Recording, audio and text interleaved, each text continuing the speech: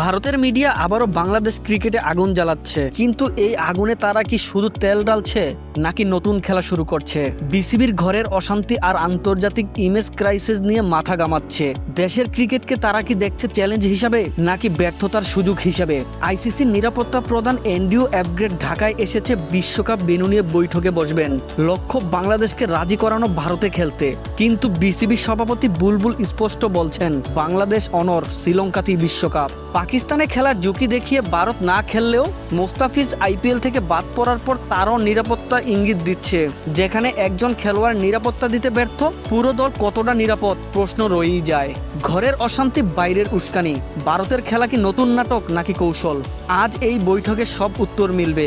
নিরাপত্তা কি থাকবে নাকি নতুন কোনো গুটি চালবে ভারত? সত্যি জানতে চোখ রাখুন বাংলাদেশ ক্রিকেটে আগুন কোথা থেকে জ্বলে। আজকের বৈঠক, আজকের সিদ্ধান্ত, সবকিছুই সামনে।